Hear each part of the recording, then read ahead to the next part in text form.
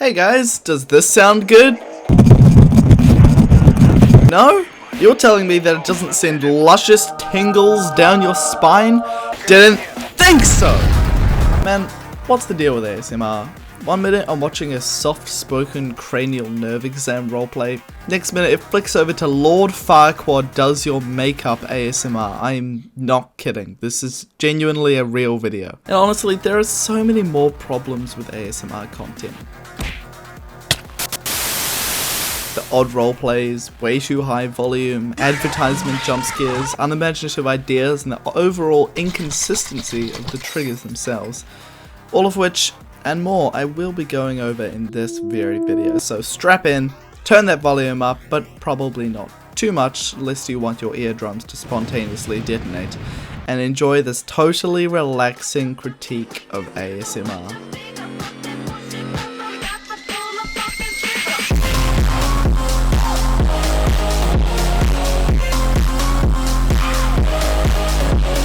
First of all, let's talk about triggers. Triggers are basically just normal, everyday objects that ASMR artists make sound with. Blowing through an eraser case, potentially tapping on a hardcover book. Then they pull out these obscure, complicated devices that start creating sounds that I think could only come from the deepest depths of hell. I could deal with some tapping, but what is this? How do you expect me to relax with demons breathing in my ear?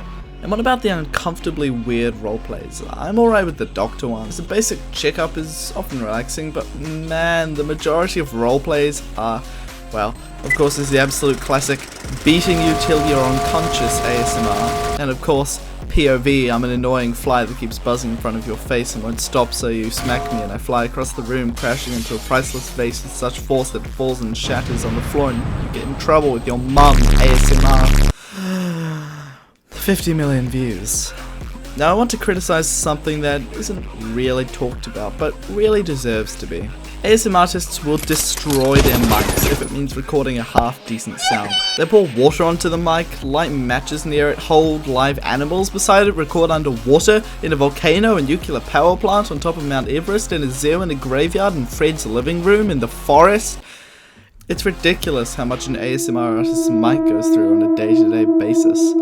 And the contrast between the triggers that the so-called ASMR artists use can be incredibly jarring. 1 minute they've got a mist machine blowing across the mic and they're like whispering in your ear or something, and then they say, oh, and I've got a new trigger to show you guys, and start scraping a spoon over the mic aggressively, making me jump so high that I crash through the roof and fly directly into the sun.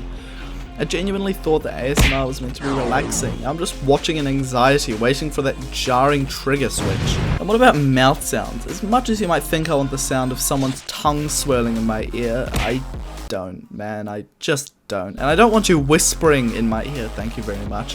I often end up thinking that someone else is in the room with me, which gives me a hell of a fright. So all in all, is ASMR relaxing? No.